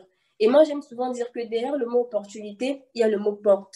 Ça veut dire que la porte, soit vous la laissez fermer, soit vous l'ouvrez tout simplement pour voir ce qui se cache derrière. Donc, ensuite, ici, plus vous agissez, plus vous voulez agir et arrêter d'accumuler. C'est-à-dire qu'aujourd'hui, on est dans une société, en fait, où il y a trop d'informations. Vous vous rappelez en mars 2020, quand on a lancé le confinement en France, et après ça s'en est allé dans les autres pays, il y a eu trop en fait.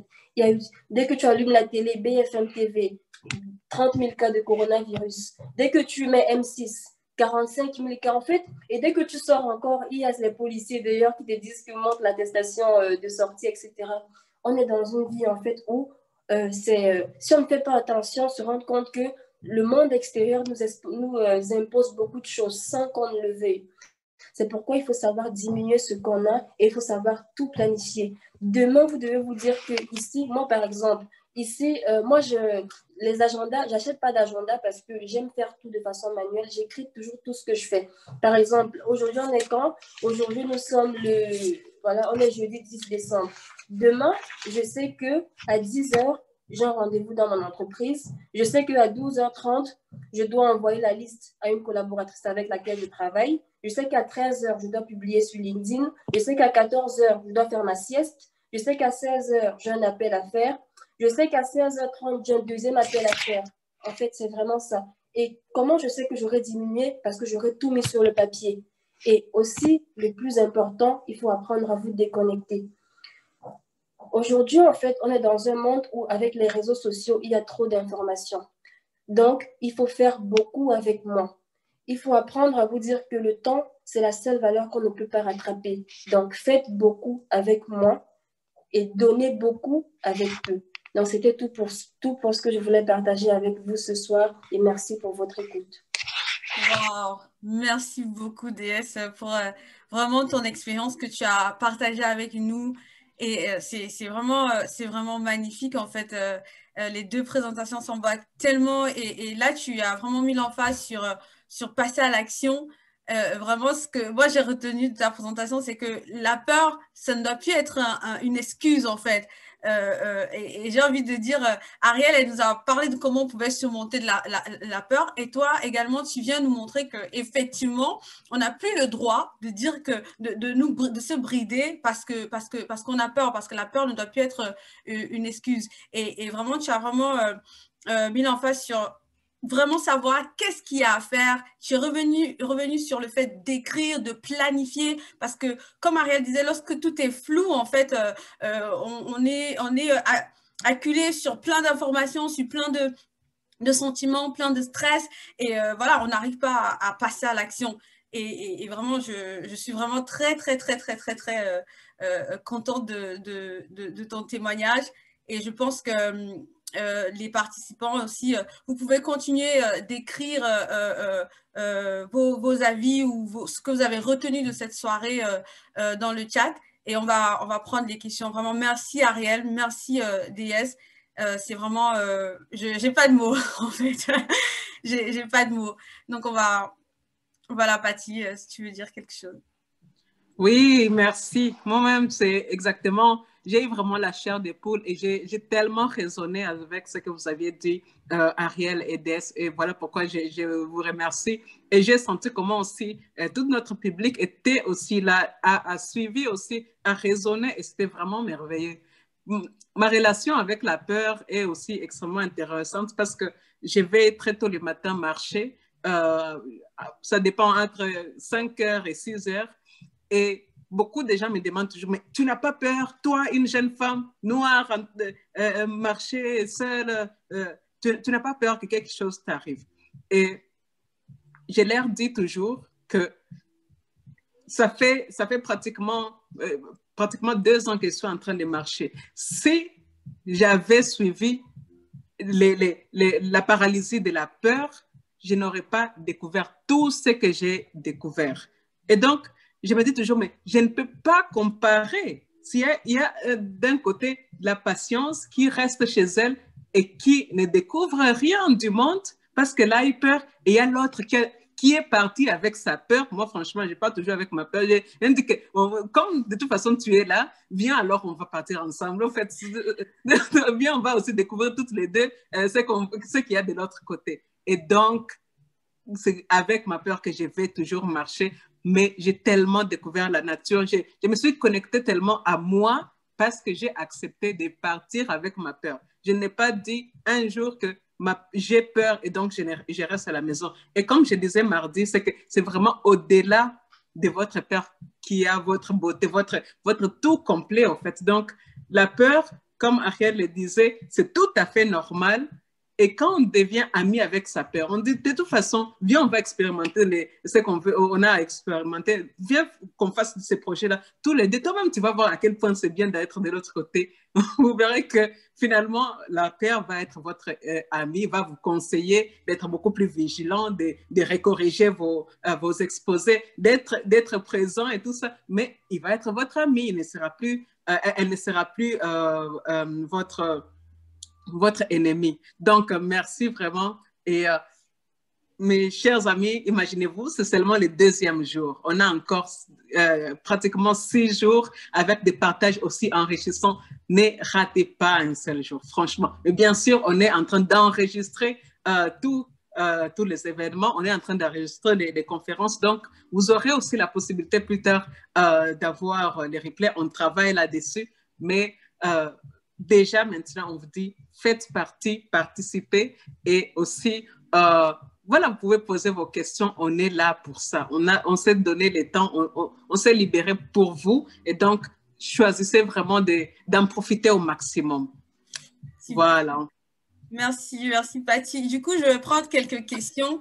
Oui. Alors, il y a, je vais mettre mon truc en grand pour pouvoir voir les noms.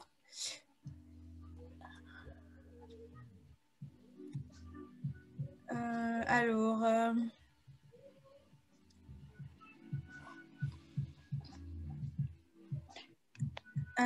oui, il y a beaucoup de questions autour de la peur. Exactement.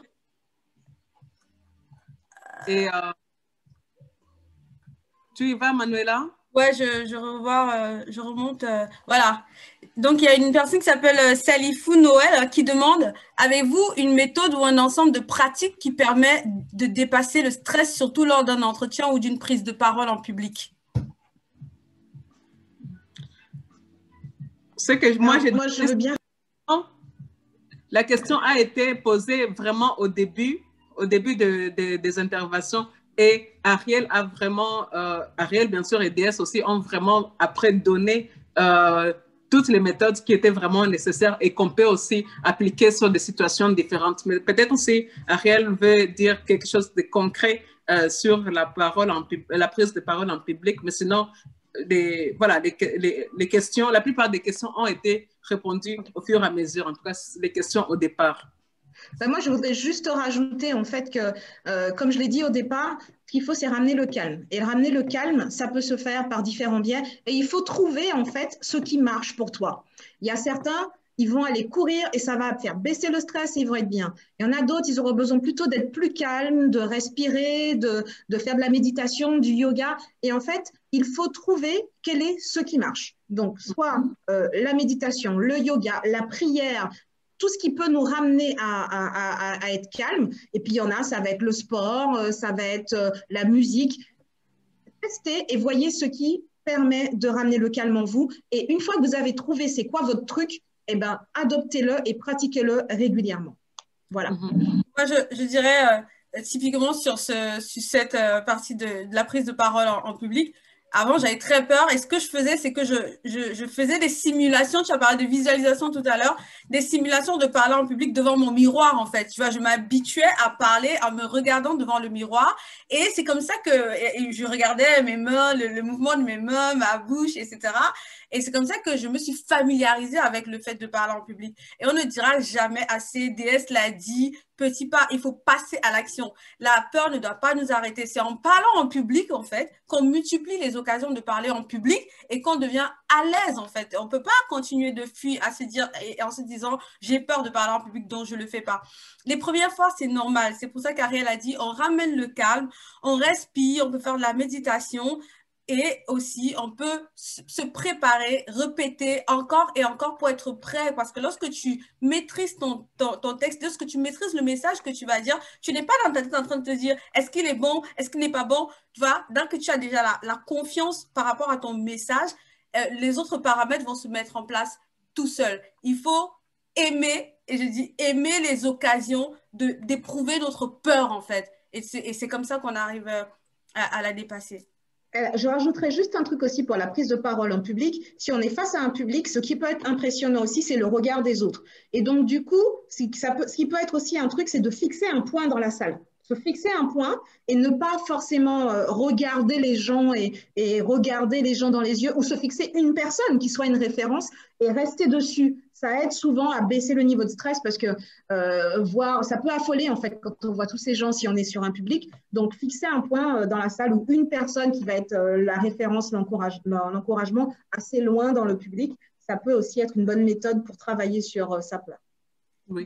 Moi, j'ajouterais aussi mon expérience que c'est aussi prendre la décision de sortir soi-même de sa zone de confort. C'est-à-dire, par exemple, si en général, on a peur de parler devant un public et on sait on va être amené à parler devant un public, on peut s'exercer, par exemple, à dire que, bon, je vais dire bonjour aujourd'hui à 4 personnes que je ne connais pas en cours de route. Et peu importe la réaction que la personne a dit, ça nous rend plus fort. Ça nous rend plus fort d'avoir juste essayé et d'avoir dit ça. J'avais fait ça. Avant, je n'arrivais pas du tout à parler devant le public. C'était un no-go pour moi. Mais j'ai fait ça pendant 6-7 mois. J'ai commencé à parler à des gens dans les trains et à commencer la conversation. Effectivement, à un moment donné, je me sentais beaucoup plus à l'aise à parler en public. Et je peux vous assurer qu'à chaque fois, j'avais bien sûr peur. Je suis tombée sur des personnes qui étaient tellement contentes qu'ils ont commencé à me draguer. Et je suis tombée sur des personnes qui étaient contentes, qui m'ont raconté leur histoire. Et je suis tombée aussi sur des personnes qui n'avaient pas envie et qui ont dit que non, je ne suis pas intéressée. Tout a fait de moi la personne que je suis aujourd'hui. J'ai accepté les oui et j'ai accepté aussi les non, en fait. Et aujourd'hui, quand je vois l'expérience, je me dis que j'avais vraiment peur à chaque fois. Mais le fait de l'avoir fait, ça a fait de moi qu'aujourd'hui, je suis en train de vous parler et je me sens à l'aise. Et donc, je me dis que c'est vraiment merveilleux, en fait, de sortir de sa zone de confort. Je sais que j'ai peur, je sais que je n'arrive pas à le faire.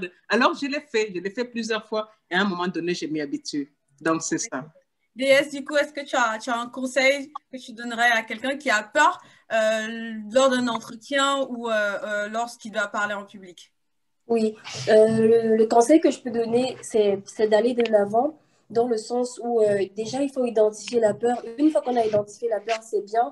C'est déjà bien de l'avoir identifié, mais maintenant, il faut apporter une solution à cette peur-là. Il y a une histoire que moi, j'aime beaucoup et j'aime toujours la dire, c'est l'histoire du semeur. C'est l'histoire du semeur dans la Bible, mais après, elle peut s'interpréter de plusieurs façons. L'idée ici, c'est pas de venir sur une religion ou une autre, mais c'est de tirer une leçon de cette histoire-là. C'est-à-dire que généralement, en fait, dans la vie, quand on a une activité, peu importe l'activité qu'on exerce, que ce soit une recherche d'emploi, que ce soit même pour pouvoir se guérir d'une maladie, ou bref, quand on veut réussir, quand on veut passer d'un point A vers un point B, parce que pour moi, c'est ça la réussite. La réussite, c'est pas quand on a tout fini, on est assis, et après on se dit, tiens, on se repose seulement dans la tombe. Donc, l'histoire d'ici, c'est laquelle? C'est ceci. Il faut toujours continuer de semer. Lorsque, en fait, le semeur, qu'est-ce qui se passe? Il sème des grains, et après, quand il rentre se coucher, le matin, il se lève, il se rend compte que tous les oiseaux ont mangé ses grains. Il s'énerve et tout, il ressème encore les mêmes grains. 2 semaines après, il se rend compte que les oiseaux ont mangé tous les grains. Il rentre le soir chez lui, il est fatigué, il est épuisé, il s'énerve, il se met en colère. Sa femme lui dit, mais attends, pourquoi tu te fâches? Et du coup, il verse sa colère sur sa femme. Il dit, tiens, j'ai pas pu travailler, ne me casse pas la tête, etc. Puis le lendemain encore, il continue, il sème et après, il abandonne. Sa femme lui dit, mais pourquoi tu t'arrêtes? Continue de semer. Et c'est là, en fait, qu'il comprend ceci, que plus il va semer, plus les oiseaux ne seront plus suffisamment grands pour manger ses grains. Continuez de semer, ne vous arrêtez jamais, en fait. Parce que lorsque vous vous arrêtez, quelqu'un viendra toujours vous dépasser. Le plus difficile, en fait, c'est pas d'arriver au sommet, mais c'est de rester. Il n'y aura jamais un moment, en fait, où vous serez comme ça, où vous aurez tout accompli. Nelson Mandela, il est mort, mais il n'a pas tout accompli. Il a accompli beaucoup de choses, mais il y a eu des présidents après lui. John Kennedy, il a accompli beaucoup de choses, mais il est mort et on ne s'est pas arrêté à John Kennedy, on a continué après. Après vous, quelqu'un d'autre fera mieux que vous. C'est pourquoi tant que vous êtes là, vous devez faire mieux que personne. Et vous ne devez jamais vous arrêter parce que la vie, en fait, c'est ça, c'est la course. On n'arrive jamais, mais il faut terminer ce qu'on fait. On passe d'un point A vers un point B. Merci. Merci beaucoup, DS. On a cette question d'Ibril qui dit « La peur n'est-il pas un état d'esprit? Alors, comment gérer toutes les images négatives qui passent dans notre cerveau ?» Ariel? Je pourrais ajouter aussi, il y a une question qui est similaire et qui tournait autour du fait qu'on reçoit beaucoup d'informations, des médias qui sont des informations négatives et donc, on peut combiner les deux questions. Alors, déjà, sur la question des médias, je l'avais vu passer dans le chat et je trouve ça très intéressant.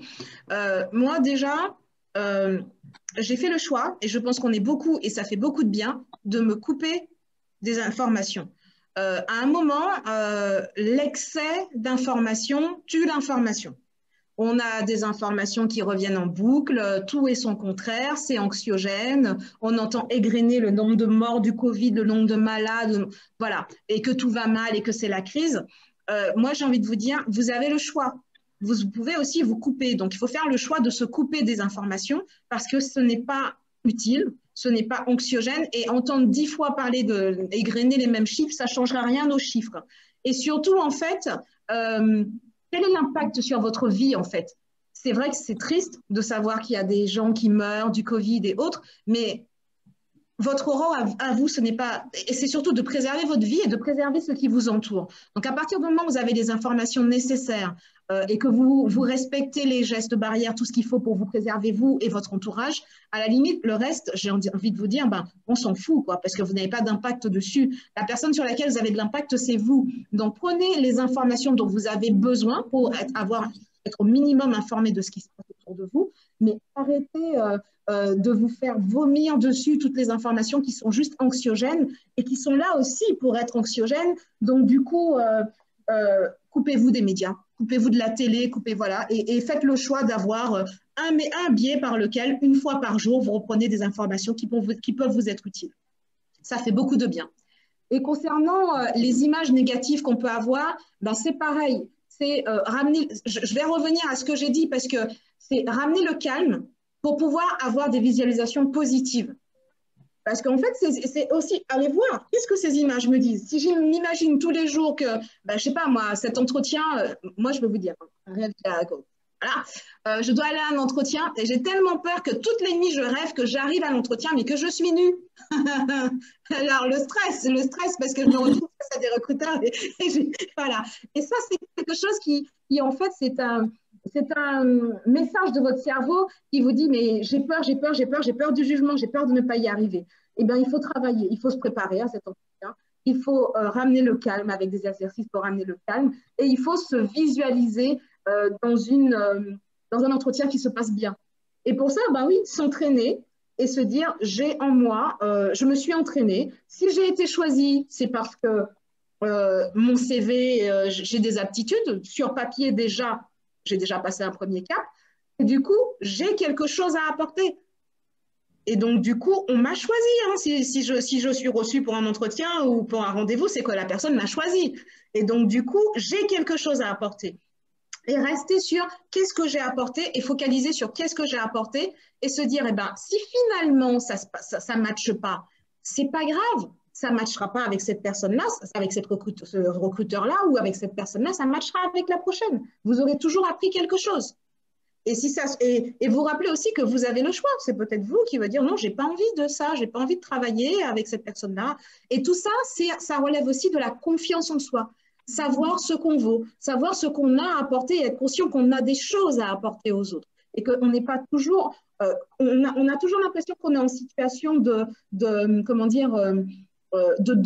Je suis là pour attendre, j'attends quelque chose des autres, je demande. Non, vous n'êtes pas toujours en situation de demande, c'est une relation d'échange. Vous avez aussi des choses à apporter. Être conscient que vous avez des choses à apporter et vous visualisez en apportant des choses et travaillant sur ce que vous avez apporté. C'est une réalité. Et c'est là quelle est la réalité. Et c'est les rêves, les cauchemars que l'on fait, ça c'est une représentation de. Donc c'est oublier la représentation et se refocaliser sur la réalité. Exactement.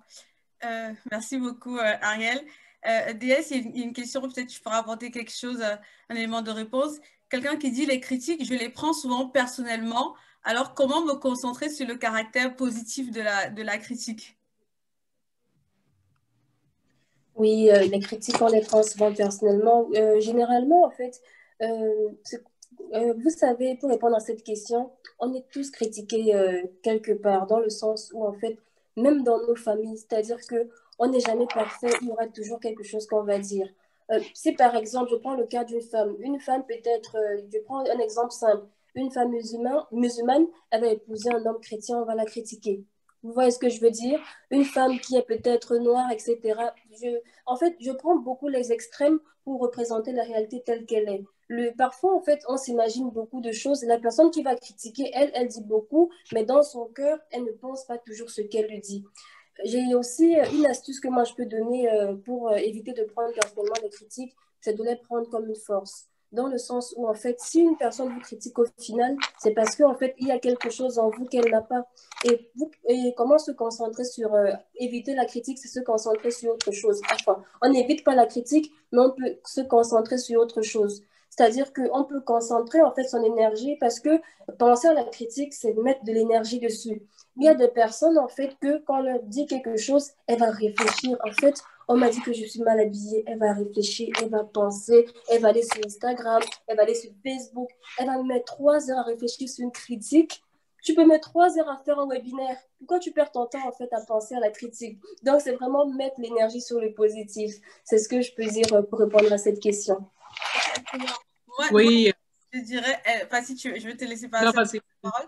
Je dirais, c'est vraiment une question de savoir quelle est sa valeur. Hein, c'est une question de confiance en soi et d'estime de soi, en fait. Et c'est vraiment si on a, comme tu as dit, on ne peut pas éviter la critique, on sera toujours critiqué.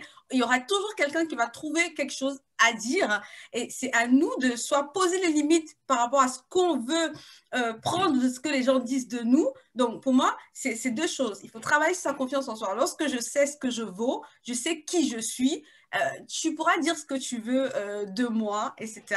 Je pourrais dire, OK, je prends ce que tu me dis ou je ne prends pas. Parce qu'on n'est pas obligé de prendre ce que les gens disent de nous, en fait. Il y aura toujours des choses à dire. Donc, je dois être droite dans mes bottes en sachant qui je suis et mettre des limites, moi, et ne pas permettre que tout ce que les gens disent pénètre dans mon esprit. Comme tu l'as dit, parce que si je permets, je prends de l'énergie à méditer ce que la personne m'a dit, alors que ce temps-là, je peux l'utiliser à faire énormément de choses. Énormément de choses. Donc, comme DS l'a dit, hein, quelqu'un qui critique, en fait, c'est quelqu'un qui envie d'une certaine façon ce que tu es, ce que tu fais, et qui veut réduire l'écart En fait, la critique, c'est réduire l'écart entre l'image qu'elle a de toi et l'image qu'elle a d'elle-même, en fait. Elle se dit, en critiquant, ça va réduire cet écart. Et voilà. Donc, il faut prendre les critiques comme ça et forger une réelle confiance en soi, une réelle estime de soi, en fait, pour se protéger contre ce que les autres peuvent dire. Et je rajouterais juste une chose aussi, c'est que souvent, quand les gens parlent, c'est d'eux qui parlent. La personne qui te critique, souvent, c'est d'elle-même qu'elle parle. Donc, elle parle d'une de ses douleurs, d'un de ses manques, et du coup, ne pas forcément le prendre pour soi. Et donc, c'est la première chose que je veux dire. Et la deuxième chose aussi, c'est que, à la limite, on vous critique, bravo, bravo, parce que du coup, vous avez un impact, peu importe. Parce que c'est existé, en fait. Et si on ne vous critique pas, on ne vous critique jamais, c'est que vous n'avez aucun impact sur les gens. Ou si on vous critique, vous avez toujours des éloges, posez-vous la question sur la sincérité des gens. Donc, acceptez que ne jamais être critiqué, c'est un fantasme, ça n'existe pas. C'est comme ne jamais avoir peur. Il y aura toujours des gens qui vont vous critiquer parce qu'ils ont le droit de ne pas être d'accord avec vous. Et puis aussi, certainement, parce qu'ils parlent d'eux et pas de vous. Maintenant, c'est aller voir. Est-ce que cette critique va m'apporter quelque chose de constructif avec quelque chose que je peux faire pour progresser? Ou est-ce que finalement, ça ne m'apporte rien?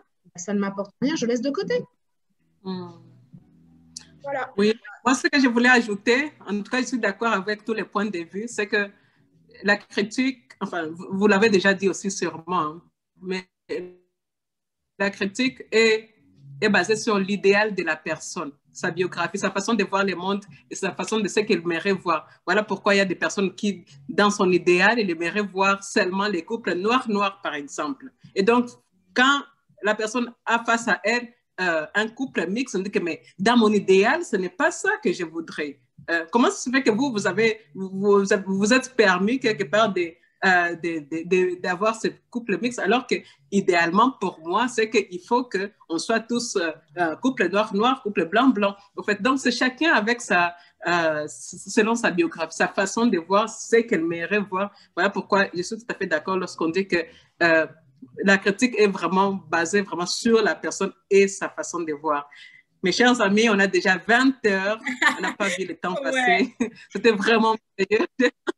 Je voudrais absolument qu'il y ait, que vous nous écriviez vos takeaways, ce que vous avez pris, quelles sont les phrases, quelles sont les expériences qui ont été partagées ce soir, que vous avez pris et que vous allez mettre en application dans vos vies. Et on se donne peut-être encore 5 minutes. On vous demande vraiment 5 minutes de votre temps pour que vous nous partagiez cela. Et ainsi, après, on va très, très rapidement vous dire aussi quels sont les programmes des prochains jours. Et ensuite, voilà, on va se quitter après une soirée aussi remplie de qualité. Voilà. Vraiment, pendant que les participants écrivent leur takeaway, comme tu as dit, donc vraiment ce qu'ils retiennent de cette session. Moi, je veux dire vraiment merci à Ariel, merci à DS. C'est encore une journée fantastique. Plus on passe les sessions et plus je me dis waouh, Ariel, Patience et moi, on était loin d'imaginer en fait l'ampleur.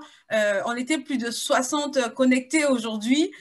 Donc, je n'aurais pas pu imaginer l'ampleur que ça pouvait prendre. Et tellement ce que vous partagez, je suis persuadée que ça va impacter des vies, quoi. Donc, merci pour votre temps, le temps que vous prenez que vous avez pris pour préparer les interventions, que vous prenez pendant ce moment. C'est vraiment, je suis vraiment dans la gratitude, comme Patience dit, je suis vraiment dans la gratitude. Merci beaucoup. Merci à tous les participants. Continuez on a encore 6 jours. Donc, continuez de venir, de parler du sommet autour de vous, des personnes qui peuvent être intéressées. Voilà, c'est gratuit. Pendant que les participants écrivent, du coup, si je peux avoir le mot de la fin de Ariel, le mot de la fin de DS. Alors, mon mot de la fin, c'est que déjà, je veux vous remercier pour votre participation active et m'avoir donné l'occasion de vous donner quelques astuces pour dépasser la peur. Et moi, j'ai envie de vous dire qu'aujourd'hui, vous n'avez plus qu'à agir. Hein. voilà, vous avez en vous les clés et vous avez tout ce qu'il faut pour avancer. Et surtout, n'ayez pas de complexe. Rome ne s'est pas fait en un jour. Aucun de ceux de nous, de ceux qui sont arrivés au sommet, n'ont pas commencé un jour. Donc, le tout, c'est de commencer. C'est toujours l'histoire de l'éléphant, en fait. Il faut commencer un jour à manger le petit bout pour enfin atteindre, à l'avoir mangé entièrement. Donc, j'ai vraiment envie de vous dire, allez-y, posez un acte, une action chaque jour et vous verrez votre vie changer et vous verrez vos rêves se réaliser et vous verrez vos peurs s'abaisser. Et vos peurs d'aujourd'hui ne seront pas celles de demain, mais vous aurez les outils pour pouvoir les travailler parce que vous aurez appris à votre corps et à votre cerveau que vous êtes capable de dépasser vos peurs. Et à partir du moment où vous aurez intégré cela, ben, rien ne pourra vous arrêter. Donc, allez-y. Et comme je vous le répète, si vous avez du mal, n'hésitez pas à vous faire aider parce que je crois que on est nombreux aujourd'hui à être des bons coachs, voilà, parce que on est des coachs et on est là pour ça, parce qu'on est, on est formé pour ça, on est passé par là aussi. Donc, il faut savoir qu'en tant que coach, on a été coaché, on a vécu ça, on est passé avant vous par là et on peut vous apporter des outils pour y arriver. Donc, n'hésitez pas à vous faire aider si vous n'y arrivez pas, mais commencez déjà par ramener le calme, mettre les choses par écrit, visualiser et passer à l'action. Merci beaucoup, Ariel. DS. Bonne soirée. Oui, merci beaucoup, Ariel. Effectivement, c'est passer à l'action. Et moi, je vais juste terminer sur ceci. Et dans le cas de passer à l'action, en fait, vous savez, il y a des personnes qui... j'aime beaucoup prendre le côté sombre de la chose, comme je le dis toujours que je suis dans l'état d'urgence dans tout ce que je fais. Vous savez, quand on rentre dans le cimetière, quand on voit sur le tombeau d'une personne, il y a date de naissance, date de décès. Et quand vous voyez entre ça, par exemple, il y a 1975, disons 2021, entre la date de naissance et la date de décès, il y a un tiret. Ce tiret, ça représente ce que vous avez fait dans votre vie.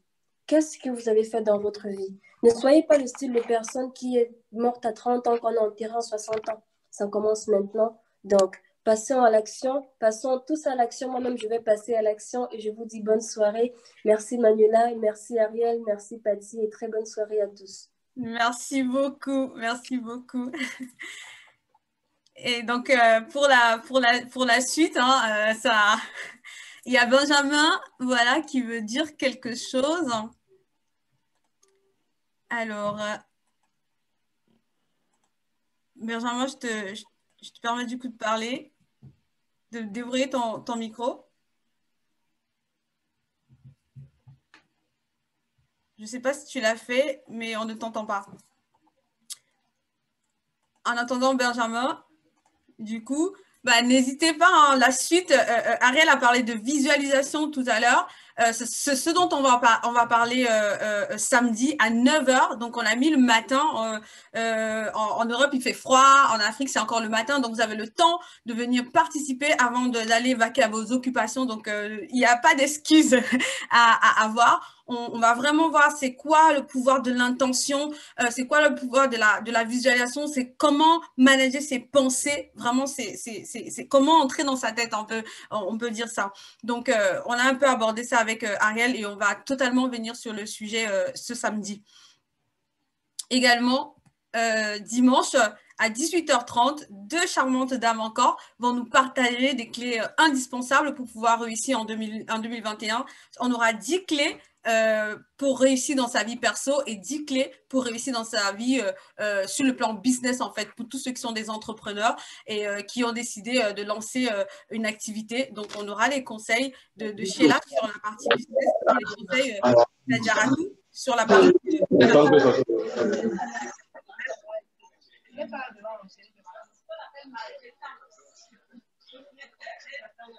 Benjamin, par contre, si tu veux partager quelque chose ou... Ok, j'ai arrêté ton micro. Donc, je continue. La semaine prochaine, encore, on sera focalisé le mardi et ça n'exclut pas que vous pouvez tous, même si vous n'avez pas un projet entrepreneurial, de venir pour savoir du coup quel est le mindset que vous devez avoir pour pouvoir réussir en tant qu'entrepreneur. Donc, il y a plusieurs personnes qui veulent faire le pas, mais qui ont peur. Donc, là, on va vraiment partager le mindset de l'entrepreneur pour booster ses ventes, pour oser franchir le pas et devenir un entrepreneur. Et ensuite, jeudi prochain, on a beaucoup parlé d'objectifs, on veut réaliser ses objectifs, on veut concrétiser ses idées. Et donc, avec Hugues Henry, avec le coach Hugues Henry et Joyce, on va vraiment se poser la question comment se préparer concrètement, comment définir les actions pas à pas pour pouvoir arriver à concrétiser nos objectifs. Et le samedi 16 janvier, on va aborder la question de la prise en main de sa vie. Donc, comment devenir acteur de sa propre vie. Comment ne plus être comme un robot dans cette société où on nous dicte un peu tout ce qu'on doit faire. C'est vraiment comment prendre conscience et vivre en conscience, en fait, avec qui l'on est et voilà, et prendre sa vie en main et ne plus être cette victime de la vie. Donc, c'est un sujet qu'on va aborder samedi le 16 janvier. Et on va terminer, bien sûr, avec Delali et Mariama sur « Ok, on s'est préparé, on a le bon mindset et comment on fait du coup si avec tout ça, ça ne se passe pas exactement comme on l'avait prévu. Quel mindset mettre en place pour avoir cette résilience-là qui va nous permettre de se relever, qui va nous permettre de rebondir et de continuer à avancer même si les choses ne se passent pas comme prévu. » Voilà. Merci beaucoup pour votre présence. Je vais repasser la parole à Patience. Patience, tu es toujours là? Excusez-moi. Oui, oui. Je repasse la parole pour la fin. Oui, je suis encore là. Franchement, merci. Vos takeaways nous ont vraiment fait chaud au cœur. Je ne sais pas si vous me voyez. J'ai pu lire ça. On va devoir les repartager à ceux qui ont raté la soirée d'aujourd'hui parce que c'est tout simplement magnifique de savoir que quelque part dans le monde, nos paroles vous ont impacté et ça va impacter forcément aussi votre entourage parce que les habitudes que vous allez mettre en place vont faire en sorte que tout votre entourage va en profiter. Merci de participer et merci aussi d'être là avec nous. Donc, sans plus tarder, on va devoir vous dire au revoir avec vraiment beaucoup de chaleur, avec beaucoup de joie. Et merci à tous et à samedi du coup. À samedi matin. À samedi matin à 9h. N'hésitez pas, vous avez nos adresses email. Si vous avez d'autres questions, de continuer à poser vos questions, on va les relayer. Vous pouvez vous faire accompagner par les différents coachs qu'on a eu aujourd'hui. Le coach Ariel, par DS, si vous avez voilà, des problématiques de marketing digital, vous voulez vous faire un site internet, vous pouvez contacter DS. Voilà, donc vous pouvez nous poser vos questions et on va les relayer vers les coachs. Merci beaucoup. Là, on va vraiment partir. On dit bonne soirée à tout le monde et à samedi matin. Bonne soirée. Bonne soirée. Au revoir. Bonne soirée.